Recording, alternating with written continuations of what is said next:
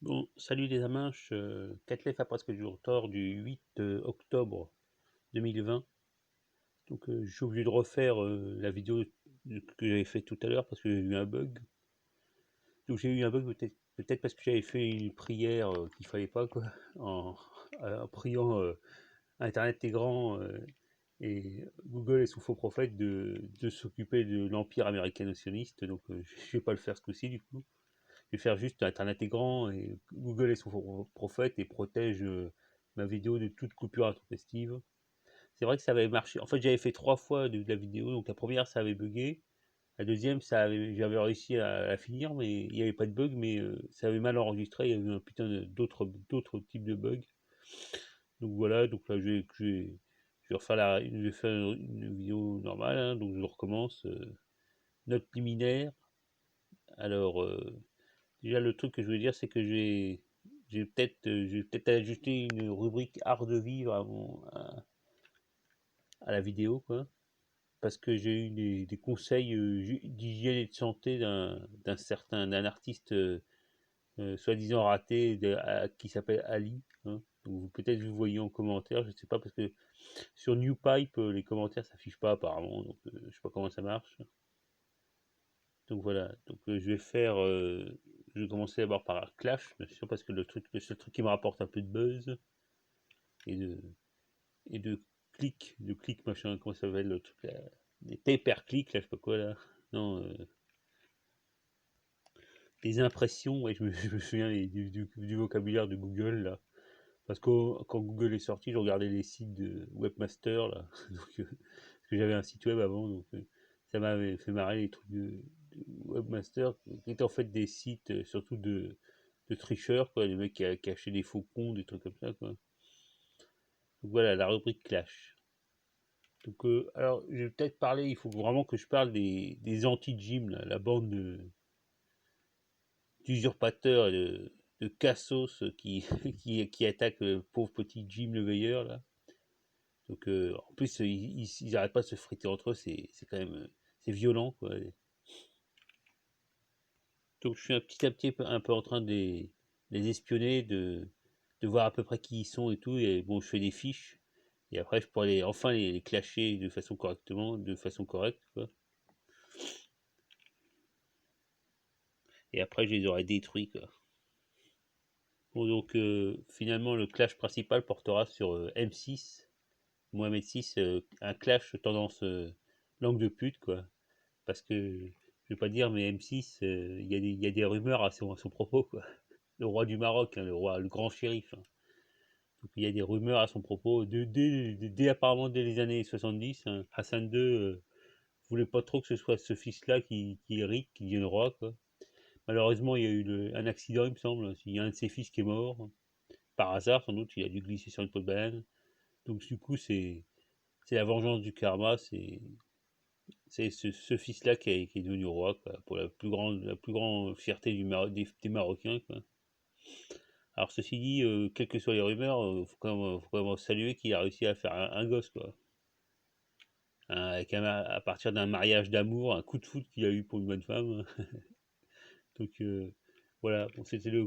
Alors j'en dis pas trop parce que je veux pas d'ennui avec les services marocains, quoi. Ou américains, c'est pareil. Donc voilà, c'est tout ce que j'avais à dire, sans dire. J'en dis pas plus, mais j'en pense pas moins, quoi. Donc voilà, maintenant les corrigandas. Donc je voulais dire à propos du Karabakh, là, du marquisat de Haut-Karabakh. Donc la nouvelle qu'il y a eu dans Sputnik, c'est qu'en fait, derrière cette histoire, il y aurait un peu, quelle surprise, le sionistan, quoi. Donc, Sputnik présente ça comme un conflit proxy entre le sionistan et l'Iran, quoi. Donc, l'Azerbaïdjan, ça on le sait, c'est hyper sionisé, quoi. Et l'Arménie serait plutôt pro-iranienne, quoi.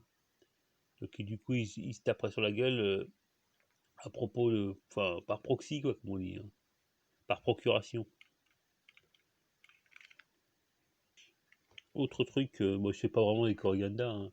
C'est parce qu'en lisant tout, je lisais Spoutnik, donc il y avait un article qui parlait de la réaction du chef des frères musulmans à la super déclaration contre l'islam de Macron.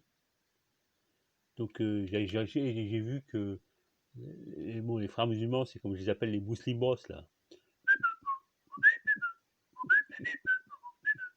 Donc les muslimos, donc Spoutnik il leur met un astérix après les frères musulmans, ce qui veut dire qu'en fait en Russie, l'organisation des frères musulmans est considérée comme terroriste. Donc je me suis dit quand même que c'est peut-être ce qui expliquait aussi l'attitude de Messan quoi, contre, contre l'Iran, le Qatar, la Turquie et les frères musulmans. Donc de toute façon, Messan, il faudra quand même que j'en parlerai un peu peut-être tout à l'heure. Hein. Bon, voilà, donc maintenant la rubrique un peu web. Je sais pas, de toute façon, il n'y a pas vraiment de différence entre les rubriques là. Donc je voulais parler quand même, je voulais dire que Macron, c'est vrai que finalement Macron c'est un jésuite quoi. Bon, parce que bon, je rigolais des jésuites, de la reine d'Angleterre et des extraterrestres et tout, mais Macron c'est un vrai jésuite quoi. Il a fait ses études en jésuitie quoi. Donc jésuite au sens magouilleur quoi. Donc c'est vrai que Macron, je sais pas trop. A priori, on se dirait que c'est un mec qui est un rocardien quoi. C'est-à-dire il est pro-européiste, il est capitaliste, libéral quoi, et en même temps, il est anticolonialiste. Typiquement le truc rocardien quoi. D'ailleurs, les européistes en général, ils sont par exemple, ils sont passionnistes et tout. Et donc, c'est un peu comme Macron quoi. Mais c'est vrai que Macron, le problème, c'est il a l'élément Rothschild quoi, Attali et tout. Donc, je sais pas trop comment l'intégrer à sa personnalité, hein. Parce que c'est un peu contradictoire. Hein. Parce que le père Attali, par exemple, il est pas du tout antisioniste quoi. Alors c'est vrai qu'il fait un peu Soros aussi quoi. On sait, on arrive, j'arrive pas, enfin, on le cerne, mais j'arrive pas à savoir exactement quelle est sa personnalité quoi. Bon là, je reprends quand même un petit peu l'actualité du web parce que je voulais dire que j'ai vu que Feu et Documents allait sortir un reportage sur Attali justement. Donc j'ai vu ça sur le site, la librairie de ERE et l'égalité et réconciliation quoi. Donc à propos d'égalité et réconciliation aussi, j'ai vu sur la chaîne YouTube de France Inter, là, hier, il y avait des actualités fait par Alex Vizorek là, dans Par Jupiter. Donc il a fait une allusion à Soral en disant que Soral avait été condamné et que peut-être que s'il avait été un peu plus condamné, il pourrait enfin postuler à CNews. Donc ouais, c'était marrant quoi. Enfin, c'était pas vraiment marrant, mais c'était une allusion quoi. Je passe vraiment du coq à l'âne. Hein. Remarque, c'est l'actualité du web. Hein. J'ai aussi pensé à Thierry Messant justement, parce que finalement, ce mec, on ne sait pas trop ce qu'il fait depuis. Ça fait quand même des semaines, sinon des mois, qui déjà ça fait des semaines qu'il n'a pas publié de nouveaux articles. Hein. Mais ça fait aussi des mois qu'il dit des trucs un peu bizarres quoi. Donc le truc dont je me souviens, c'est il avait publié au début du coronavirus, là, il avait publié un super article pour nous expliquer qu'en fait les Iraniens avaient pas de coronavirus, c'était juste des mecs qui avaient été gazés pendant la guerre, des anciens combattants qui avaient été gazés pendant la guerre de Iran-Irak, qui étaient hyper malades, hyper faibles, quoi. Donc voilà, donc je sais pas, je sais pas à quoi il joue, le père Messant, mais de toute façon, à mon avis, ça va rester, il pourra pas revenir en arrière de cette rhétorique, enfin ces trucs qu'il dit depuis des mois là, c'est vraiment pas très malin quoi. Alors c'est vrai qu'il dit des trucs qu'on n'attend plus quoi. Alors c'est peut-être qu'on n'attendait pas, donc c'est vrai que ça déstabilise et tout, mais bon c'est un peu chiant aussi, c'est pas très constructif quoi. D'ailleurs, il s'était encore planté là quand il y a eu l'attentat contre le port de Beyrouth, il nous a tout de suite dit un truc. Il a sorti une Netanyahou qui avait montré une carte de Beyrouth où, enfin apparemment c'est lui-même ils ont fait leurs excuses en disant qu'ils s'étaient gourés.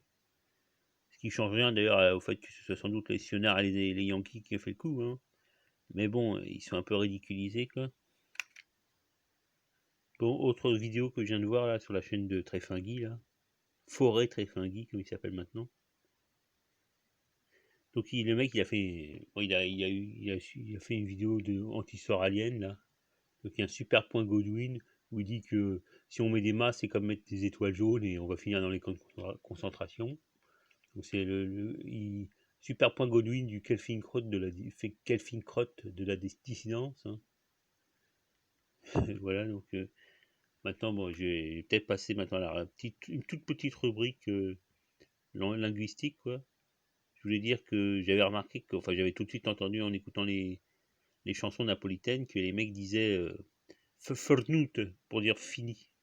C'est marrant parce que Fernute, c'est-à-dire c'est fini dans les chansons d'amour. Donc ce mot a fait marrer parce que ça fait penser à l'ancien français où finir se disait fenir à l'époque. Donc finir, le i c'est devenu i par étymologie sans doute du latin, un truc comme ça quoi.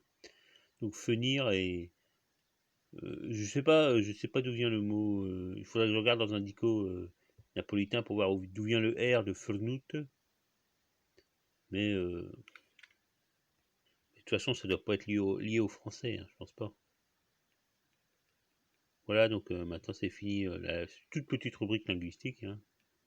Faudrait que je trouve des trucs à dire, d'autres trucs à dire. Je réfléchis un peu parce que.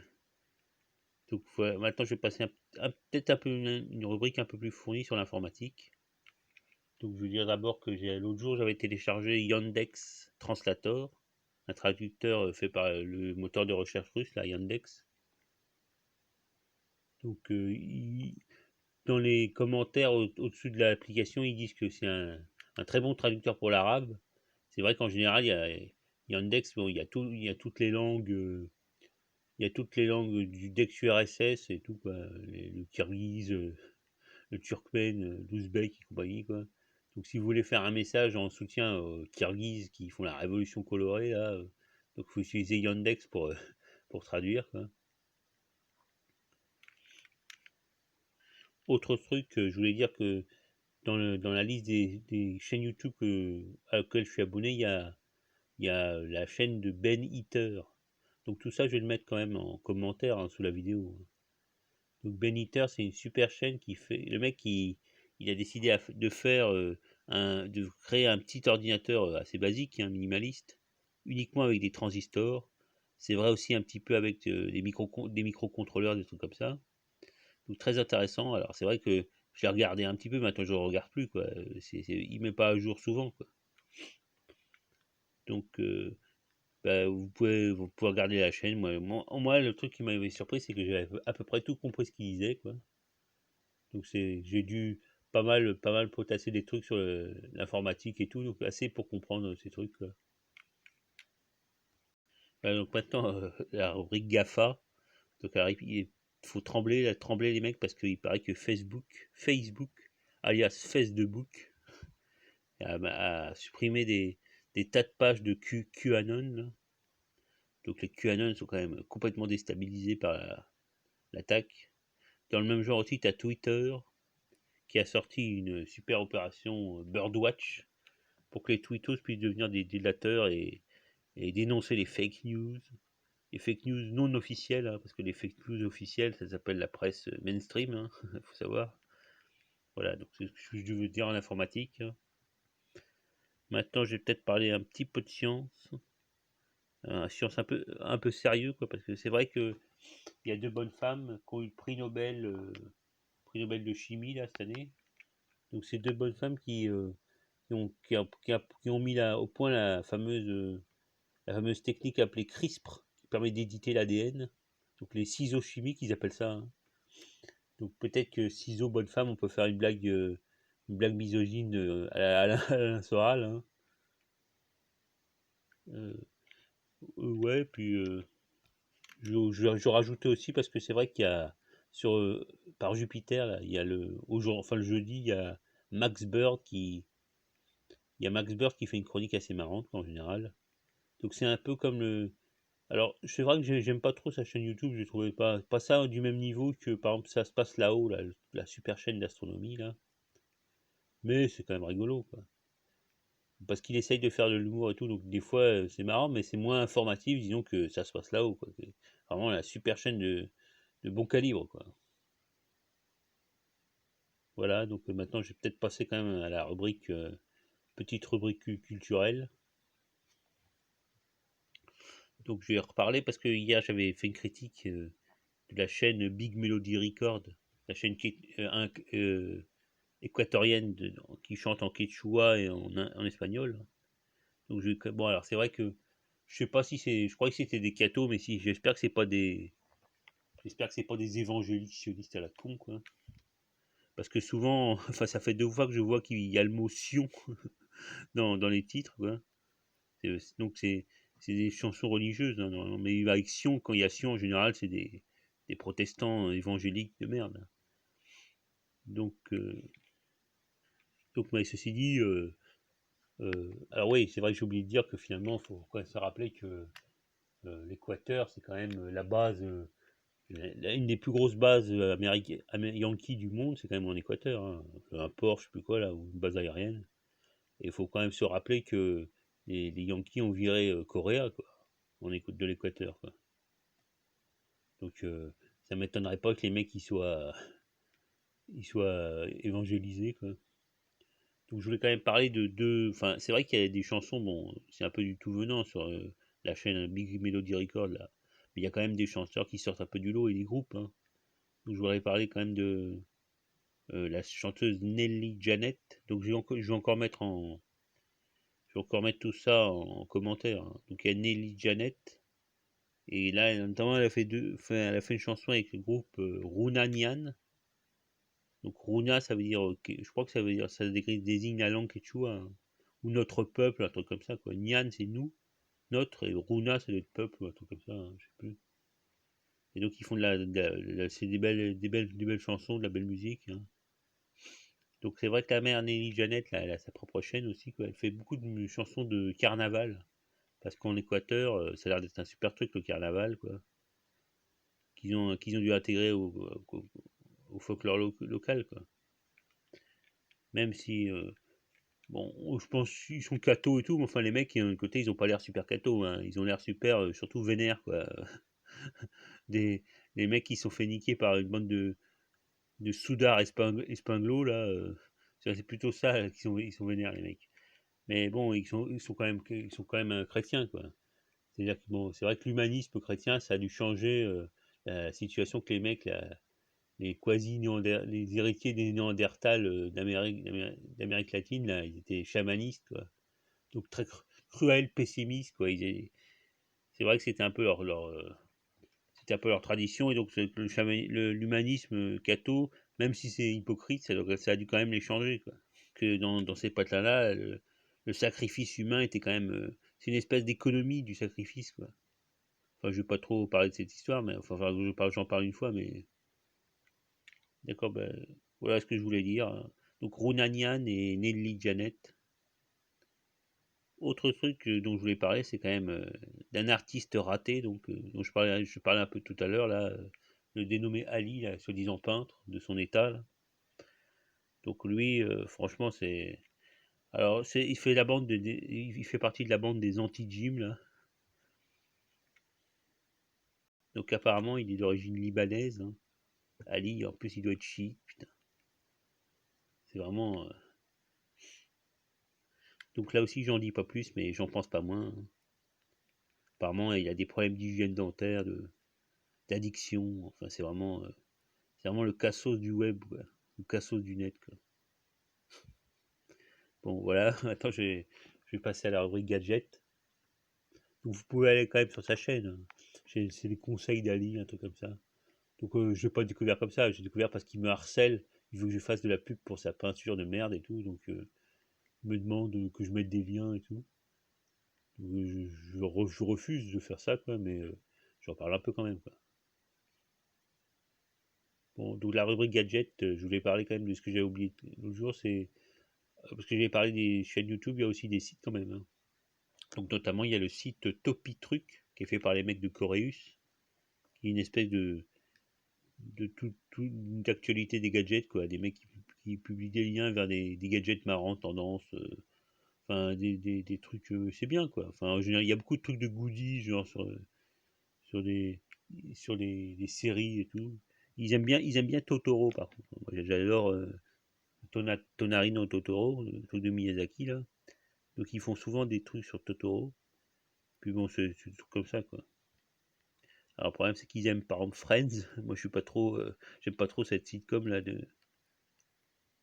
Donc ouais, tout petit truc. Allez voir pour se tenir un peu au courant des gadgets. Bon déjà alors en partant de gadgets, je voudrais quand même parler d'un premier gadget quoi. Alors comme je dis que je ne mettais pas les gadgets Amazon, je vais mettre un gadget non Amazon. Donc je vais parler de Caroto, qui est Karoto. Donc en plus, alors, comme premier gadget, bonjour le choix, quoi, parce que c'est en fait c'est un truc sioniste. Quoi. Donc, quand je l'ai acheté, je ne savais pas que c'était sioniste. Hein. Mais j'ai acheté, j'ai cherché sur internet, j'ai vu que c'était un truc sioniste déguisé en truc d'Angleterre, je sais pas quoi. Hein. Donc par contre, c'est peut-être le seul truc qui va rester après la disparition dans les chiottes de l'histoire du sionistan. Quoi. Tout ce qui leur restera, c'est ça, le caroto. Donc c'est un espèce de grand taille crayon, mais qui est fait pour tailler des carottes. Quoi. Donc on met la carotte dans le taille crayon et puis on tourne et puis ça fait un truc en pointe. Quoi. Donc on peut mettre des carottes ou des concombres, hein, on pourrait l'appeler concombre auto aussi, hein, concombre auto. Donc voilà, c'est un gadget marrant. Que j'utilise pas vraiment parce que je mange pas de carottes en ce moment. Quoi. Mais c'est quand même hyper marrant comme gadget. Voilà, bon ben maintenant je vais passer, ça fait déjà 20 minutes, là ça va. La dernière fois j'avais fait 23 minutes je crois. Donc là je vais passer maintenant à la revue d'actu quoi, de RT, Sputnik, Almanar. Donc j'ai pas remis à jour, hein, j'ai pas refait parce que j'ai gardé les mêmes trucs que la dernière fois quand j'ai fait la première vidéo qui a foiré là. Donc d'abord j'ai parlé de RT, il y a eu le truc intéressant qu'il y avait une interview de Javad Zarif, le ministre des Affaires étrangères iranien là, fait par RT Russie, quoi, apparemment. Donc, enfin, mais en anglais. Hein. Donc il y avait une journaliste, là, que j'avais déjà vu, Oksana, je sais plus quoi, là. Donc la bonne femme voulait faire dire à Javad Zarif, apparemment, qu'il fallait que l'Iran fasse la paix avec les sionistes et les Yankees, quoi.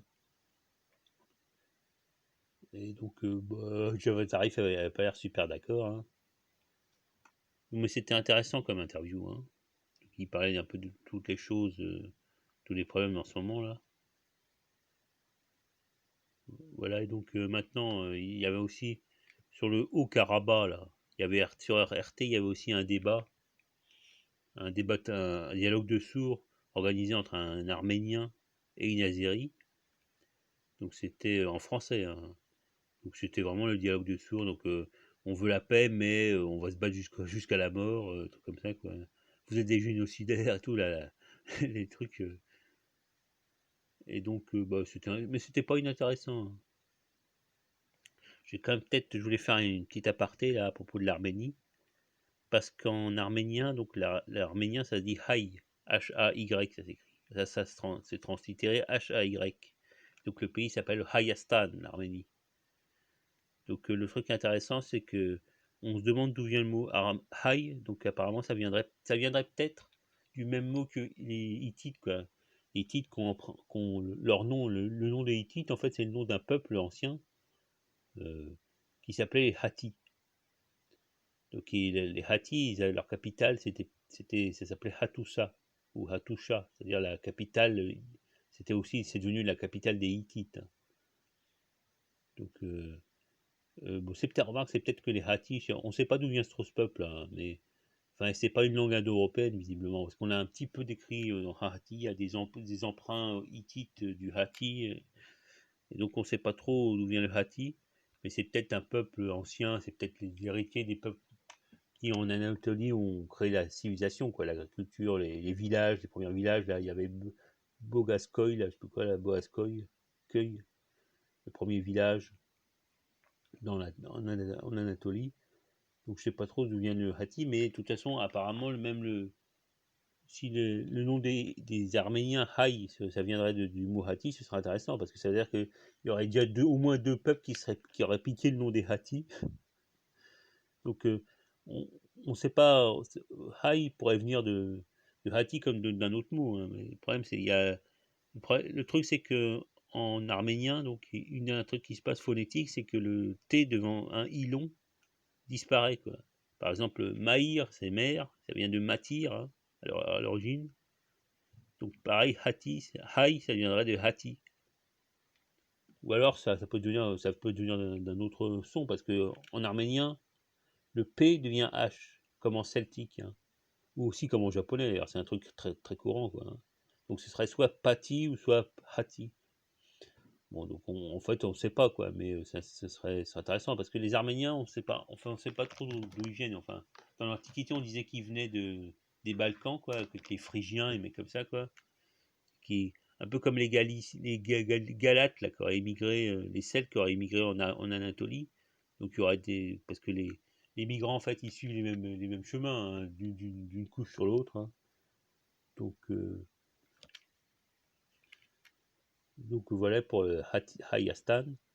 Donc c'est vrai que les Arméniens, ils avaient quand même aussi un rôle, ils avaient un rôle très particulier dans l'Empire perse, hein, parce qu'ils étaient c'est un peu les Juifs des Perses, quoi. Donc ils étaient dans les métiers d'administration, tout comme ça, quoi, intellectuels et tout. D'ailleurs, dans l'arménien, en arménien, il y a des tas de mots de perse, hein, un peu partout dans la région, hein, en turc aussi, les turcos, qui sont les Turcs qui sont des turco-perses, et il y a, je sais pas, un tiers des mots qui doivent être d'origine perse. Alors c'est un peu embrouillé parce que maintenant c'est l'arabo-persan qu'on appelle ça, c'est-à-dire qu'il y a déjà en persan il y a la moitié de mots qui doivent être d'arabe, enfin je sais pas combien de mots, c'est pas comptable, hein. Mais donc tout est mélangé, quoi. Même en arabe il y a quand même pas mal de mots d'origine perse, hein, tous les mots de civilisation, quoi. Comme les Grecs disaient des latins, et la farouche, les farouches machins se sont civilisés, je sais plus quoi, je sais plus c'est quoi l'expression là. Donc, ce que je voulais dire à propos de l'Arménie, hein. Donc, je clôt la parenthèse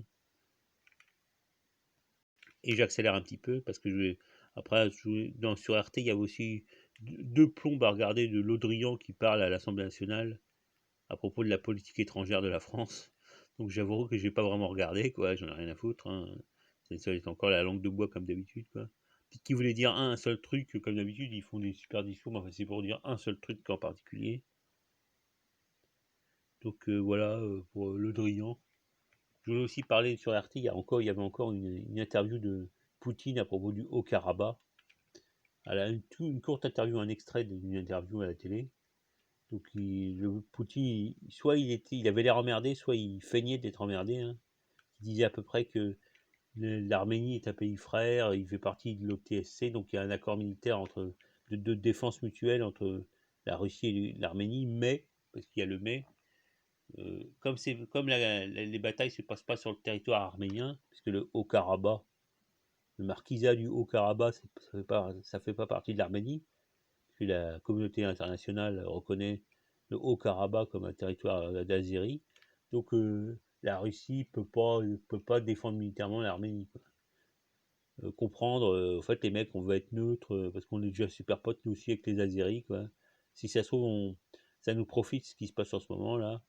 Alors, faut quand même dire qu'il y a quand même des morts, hein, apparemment. C'est pas du chiquet. Mais il y a un enjeu stratégique, apparemment, hein, dont j'ai déjà parlé plusieurs fois, hein. Donc, voilà ce qu'il a dit. Je sais pas quoi en penser. À propos, toujours l'armée, après le Haut-Karabakh, maintenant, je vais parler un peu je vais finir avec le Kirghizistan. Donc, je voulais dire que j'avais dit qu'il y avait un mec qui avait été libéré et remis au pouvoir, je sais pas quoi, là. En fait, c'était le fameux Almazbek Atambayev, hein, qui a été l'ancien président qui a été emprisonné pour corruption. Donc c'est ce qui veut dire déjà les mecs ils se balancent des corruptions à la gueule là, comme en Côte d'Ivoire, quoi. Donc ça se trouve quand on entend corruption on entend Soros en général, hein. Parce que bon Soros, hein, parce que Soros, parce qu'en hongrois le S pour le che. Donc on dit Soros, donc c'est par exemple on dit aussi Sarkozy, hein. Moi j'appelais dans un blog je m'appelais Charclos, hein. Donc Soros, quand on entend corruption, on entend Soros et révolution colorée, mais on ne sait pas, ça se trouve, c'est juste des clans qui se battent. Et c'est vrai que on faut attendre un petit peu pour savoir qui c'est qui est derrière et tout, hein, pour savoir qui c'est qui tire ses marrons du feu, quoi. Ceci dit, la Russie avait aussi l'air un peu emmerdée de cette histoire, alors je sais pas si... Parce qu'on voit pas non plus les enjeux, hein.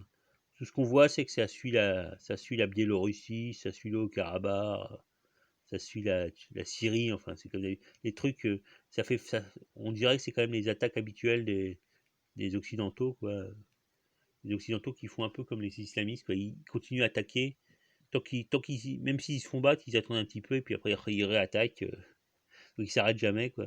Jusqu'à soit qu'ils perdent, soit qu'ils gagnent, soit qu'ils perdent, hein. Bon, bah, je crois que je vais finir là, parce que ça fait mes 30 minutes, là, à force de bavarder, là, et de bafouiller. Donc, bah voilà, salut les amins.